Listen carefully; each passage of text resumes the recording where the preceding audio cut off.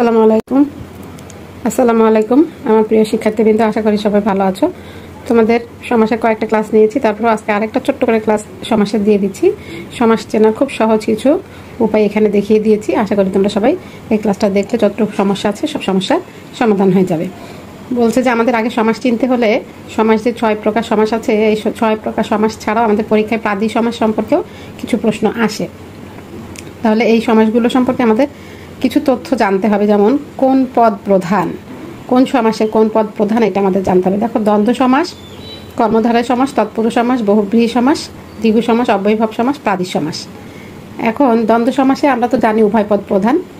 দেখো, কর্মধারয় সমাসে পরপদ প্রধান, তৎপুরুষ সমাস পরপদ প্রধান, দ্বিগু সমাস পরপদ প্রধান, প্রাদি সমাস পরপদ প্রধান। এই চারটা নিয়ে আমরা পরে আলোচনা করব। যেহেতু দ্বন্দ্ব সমাস উভয় পদ প্রধান, মানে দুইটাই পূর্বপদ পরপদ। বহুব্রীহি সমাসে হচ্ছে অন্যপদ, মানে তৃতীয় কোনো পদ প্রধান। দ্বিগু সমাস এখন আলোচনা করব না আমরা, আর একটা আলোচনা করব, সেটা হচ্ছে অব্যয়ীভাব সমাস। অব্যয়ীভাব সমাস হচ্ছে পূর্বপদ প্রধান। যেহেতু এই তিনটা আলাদা, এই তিনটা আগে আমরা আলোচনা করে নিই। বলছে যে দ্বন্দ্ব সমাসে উভয় পদ প্রধান এবং দ্বন্দ্ব সমাসের ব্যাস বাক্য যুক্ত হয় কি ও এবং আর। এবং কিছু দ্বন্দ্ব সমাস আছে যেগুলোতে পূর্বপদে যে বিভক্তি থাকে, পরপদে সেই বিভক্তি থাকে, একই বিভক্তি থাকে। এখন দেখো, মা যেরকম প্রধান, বাবাও সেরকম প্রধান, মাসি যেরকম প্রধান, পিসিও সেরকম প্রধান, জিন যেরকম প্রধান, পৈরু সেরকম প্রধান। তার মানে কি, এখানে আমরা যে দুইটা শব্দের ব্যবহার করছি, একটা পূর্বপদ একটা পরপদ, এই দুইটা পদই প্রধান, উভয় পদই প্রাধান্য। এই জন্য এটা হচ্ছে দ্বন্দ্ব সমাস, যেটাতে দুই পদই প্রধান থাকবে। যেমন চলা ফেরা, কম বেশি, যা তা, তখন কি হবে, যা ও তা, চলা ও ফেরা, কম ও বেশি, জিন ও পরি, মাসি ও পিসি, মা ও বাবা। তার মানে এখানে আমরা পূর্বপদেরও যেমন প্রধান পাচ্ছি, পরপদকেও সেরকম প্রধান পাচ্ছি। এই জন্য এটা হচ্ছে দ্বন্দ্ব সমাস। এরপরে দেখো, বহুব্রীহি সমাসে বলতেছে অন্য পদ প্রধান। এখন দেখো, দ্বন্দ্ব সমাসের বিপরীত সমাস কিন্তু আমরা বহুব্রীহি সমাসকে বলতে পারি, কারণ এখানে উভয় পদ প্রধান আর এখানে অন্য পদ প্রধান। তার মানে কি, পূর্বপদেরও কোনো প্রাধান্য নেই, পরপদেরও কোনো প্রাধান্য নেই, তৃতীয় কোনো পদের প্রাধান্য আছে, তার মানে অন্য পদ। যেমন দেখো, এখানে আমি কয়েকটা শব্দ দিয়েছি, একটা হচ্ছে গায়ে হলুদ, একটা হচ্ছে হাতে খড়ি, একটা বহুব্রীহি সমাসের নামকরণ দিয়েই বহুব্রীহির উদাহরণ আছে। একটা দশানন, একটা 80-20, একটা দোকান কাটা। এখন দেখো, আমরা বলেছি দ্বন্দ্ব সমাসে ও এবং আর ব্যাস বাক্য যুক্ত হয়, আর বহুব্রীহি সমাসে যার যাতে ব্যাস বাক্য যুক্ত হয়। তাহলে মা যার বাবা হয়, মাসি যার পিসি হয়, হয় না। তখন আমরা বুঝে ফেলি যে যেহেতু মাও প্রধান বাবাও প্রধান, এটা দ্বন্দ্ব সমাস। কিন্তু দেখো, গায়ে হলুদের কথা বলছে, এখানে হাতে খড়ির কথা বলছে। গা কি প্রধান নাকি হলুদ প্রধান? গাও প্রধান না, হলুদও প্রধান না, গায়ে হলুদের অনুষ্ঠানটা প্রধান, মানে তৃতীয় কোনো অর্থ। হাতে খড়ি মানে কি, প্রাথমিক শিক্ষা যখন দেওয়া হয় তখন হাতে কলম দেওয়া বা বই খাতা দেওয়াকে হাতে খড়ি অনুষ্ঠান বলে। তাহলে সেই অনুষ্ঠানকে এখানে প্রাধান্য দিচ্ছে। বহুব্রীহি মানে ব্রীহি অর্থ ধান, বহু ধান আছে যে লোকে, সেই লোককে বোঝাচ্ছে। দশানন হচ্ছে 10 আনন, যা 10টা মাথা, রাবণের যে 10টা মাথা, সেই মাথার কথা বলছে। এরপর বলছে 80-20, 80-তে 20 জার, এখানে 80 অর্থ দাঁত, সাপের দাঁতে যে বিষ আছে সেই বিষের কথা বলছে। তারপর বলছে দু কান কাটা যার, আমার দুই কেউ প্রাধান্য দিতেছে না, কান কেউ প্রাধান্য দিতেছে না, কাটা কেউ প্রাধান্য দিতেছে না। কিসে প্রাধান্য দিতেছে? এক লোক খারাপ, তার 2 কান কাটা, লজ্জা শরম নেই, সেই লোককে প্রাধান্য দিচ্ছে। এই জন্য অন্য কোনো পদ যখন প্রধান হবে তখন সেটা হবে বহুব্রীহি সমাস। তাহলে দেখো, দ্বন্দ্ব সমাসের বিপরীত সমাস আমরা বহুব্রীহি সমাসকে বলতে পারি। এরপরে আমাদের সবার শেষে আছে অব্যয়ীভাব সমাস, যেটা পূর্বপদ প্রধান। অব্যয়ীভাব মানেই হচ্ছে অব্যয় বসবে বা উপসর্গ বসবে। যেমন আমি এখানে কিছু উদাহরণ দিয়েছি, দেখো, উপজেলা, উপ হচ্ছে উপসর্গ, উপগ্রহের উপসর্গ, উপনদীর উপসর্গ, এগুলো আমরা ক্ষুদ্র অর্থে বা সদৃশ্য অর্থে ব্যবহার করি। যেমন উপজেলা কি বলি, জেলার সদৃশ্য, উপগ্রহ গ্রহের সদৃশ্য, উপজেলা জেলার ক্ষুদ্র, বা জেলা একটা জিনিস আর উপজেলার একটা জিনিস। জেলা হচ্ছে বড় শহর, উপজেলা হচ্ছে ছোট শহর, সেই ক্ষেত্রে নামটা ব্যবহার করা হচ্ছে। উপনদী নদীর সমীপে, মানে নদীর কাছাকাছি আর কি। তাহলে দেখো, আরও কিছু উদাহরণ দিয়েছে। প্রতিবাদ, তারপরে অনুগমন, অনুক্ষণ, প্রতিদিন। তাহলে প্রতিবাদ কি হবে? বিরুদ্ধবাদ। অনুগমন পশ্চাৎগমন, অনুক্ষণ পশ্চাৎক্ষণ, প্রতিদিন দিন দিন। এই যে অনু, প্রতি, এগুলো ব্যবহার হচ্ছে, এগুলোকে আমরা উপসর্গ বলি বা অব্যয় বলি। আর অব্যয়ীভাব সমাসে কি হচ্ছে, পূর্ব পদে এই বিভক্তিগুলো বসতেছে। যেমন হচ্ছে দেখো, আমি কি বলছি, প্রধান হচ্ছে পূর্বপদ। কেন আমি বলছি? উপজেলা জেলার সমীপে বা জেলার ক্ষুদ্র।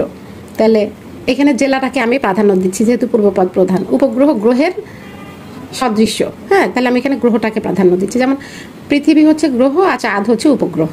তাহলে আমরা তো উপমানে কি ছোট, আর সরাসরি যেটা থাকে সেটা হচ্ছে বড়। তাহলে দেখো, প্রতিবাদ, এখানে প্রতি হচ্ছে অব্যয়ভাব সমাস। এখানে অনু হচ্ছে অব্যয়ভাব সমাস, অব্যয় বসেছে সামনে।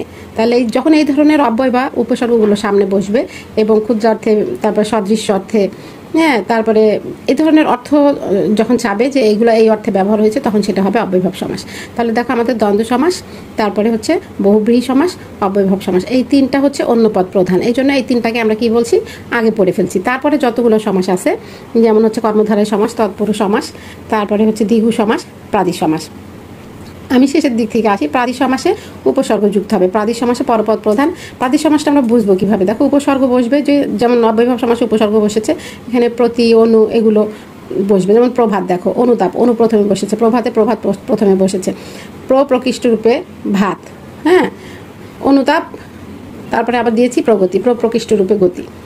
তাহলে যখন আমাদের প্রাদি সমাস হবে তখন হচ্ছে পরপদ প্রধান হবে। যেমন প্রকৃষ্ট রূপে ভাত, এখানে প্রভাত বলতে সকালে যে সূর্য ওঠে, হচ্ছে উত্তম, আর ভাত অর্থ হচ্ছে আলো। তাহলে সকালে যে সূর্যের আলোটা ওঠে সেটাকে এখানে প্রভাত বলা হচ্ছে। তাহলে দেখো আমাদের পরপদ এখানে প্রধান হচ্ছে। এরপরে দেখো দ্বিগু সমাস। দ্বিগু সমাস মানে আমাদের সমাহার ব্যাস বাক্য ব্যবহার করতে হবে আর সংখ্যাবাচক শব্দ বসবে। যেমন আমি বলতেছি চৌরাস্তা, সপ্তডিঙা, সপ্তাহ, প্রথমে সব দেখো সংখ্যাবাচক শব্দ বসেছে। তাহলে কি হবে, চৌরাস্তার মানে 4 রাস্তার সমাহার, সপ্তডিঙা মানে 7 ডিঙা বা সপ্তডিঙার সমাহার, সপ্তাহ মানে সপ্তাহের সমাহার, সবগুলোতে সমাহার বসছে এবং সামনে সংখ্যাবাচক শব্দ বসছে, এবং দ্বিগু সমাসে বিশেষ পদ হয়। এই জন্য আমরা দ্বিগু সমাস দেখেই বুঝে ফেলবো দ্বিগু সমাস হচ্ছে পরপদ প্রধান। এরপরে বলছে তৎপুরুষ সমাস পরপদ প্রধান। তৎপুরুষ সমাস মানে আমাদের বিভক্তিগুলো দিয়ে তৎপুরুষ সমাস। এখন আমি বলছি দেখো, কর্মধারায় তৎপুরুষকে আমি একসাথে বুঝাই। যেমন আমরা বলতেছি সিংহাসন, কর্মধারয় সমাস, সিংহ চিহ্নিত আসন, পলান্ন, পল মিশ্রিত অন্ন, বিষাদ সিন্ধু, বিষাদ রূপ সিন্ধু, অরুণ রাঙা, অরুণের মতো রাঙা, জজ সাহেব, যিনি জজ তিনি সাহেব। তাহলে দেখো আমরা কর্মধারয় সমাসে ব্যাস বাক্য ব্যবহার করছি সাপেক্ষ সর্বনাম দিয়ে, যেমন যিনি জজ তিনি সাহেব, যে সে যা তা যিনি তিনি, এগুলো দিয়ে কর্মধারয় সমাস, সাধারণ কর্মধারা এগুলো করা যায়। আর আমরা যখন মধ্যপদলোপী কর্মধারায় করি তখন আমরা কি করি, আশ্রিত, মিশ্রিত, হ্যাঁ, নির্দেশক, এই ধরনের শব্দগুলো মাঝখানে ব্যবহার করি, এবং শব্দগুলোর তাৎপর্য আছে বলে শব্দগুলো লোপ হয়ে যায় বলেই কিন্তু বলে মধ্যপদলোপী। আর আমরা উপমান উপমিততে ন্যায় বা মত ব্যবহার করি, আর রূপকে আমরা রূপ ব্যাস বাক্য ব্যবহার করি। কিন্তু দেখো যখন আমরা তৎপুরুষ সমাস করি তখন কিন্তু আমরা এই ন্যায়, মত, রূপ এগুলো কিন্তু ব্যবহার করি না। তখন আমরা কি ব্যবহার করি, আমাদের কারকের যে বিভক্তি আছে দ্বিতীয় থেকে সপ্তমী, সেটা ব্যবহার করি। যেমন এখানে আছে চা বাগান, তাহলে আমি কি বলতে পারবো, চা রূপ বাগান হবে, চা রূপ বাগান, বা আমি বলতে পারবো চা নেই বাগান, হ্যাঁ, চায়ের ন্যায় বাগান, চায়ের ন্যায় কখনো বাগান হয়, তখন এখানে কি হবে, চায়ের বাগান, চা বাগান, চায়ের বাগান, এখানে এর বিভক্তি যুক্ত হলো। মহানবী, মহান যে নবী, হ্যাঁ, তারপর বলতেছে রাত কানা, রাতে কানা, এ বিভক্তি যুক্ত হলো। খাঁচা ছাড়া, খাঁচা থেকে ছাড়া, থেকে কি পঞ্চমী বিভক্তি হয়ে গেল। বিলেত থেকে ফেরত, তার মানে কি তৎপুরুষ সমাসে দ্বিতীয় থেকে পঞ্চমী বিভক্তি যুক্ত হবে, এবং সমাসগুলো দেখলে আমরা বুঝে ফেলবো যে এই সমাসগুলোতে বিভক্তি যুক্ত হবে। আবার আমরা যখন কর্মধারয় সমাস দেখবো, কর্মধারয় সমাসেও কিন্তু আমরা বুঝে ফেলবো যেটা কর্মধারয় সমাস, কারণ কর্মধারয় সমাসে বলতেছে বিশেষ ভাবাপন্ন পদের সাথে বিশেষ ভাবাপন্ন পদ, বা বিশেষণ ভাবাপন্ন পদের সাথে বিশেষণ ভাবাপন্ন পদের যে সমাস হয় সেটা কর্মধারয় সমাস হয়।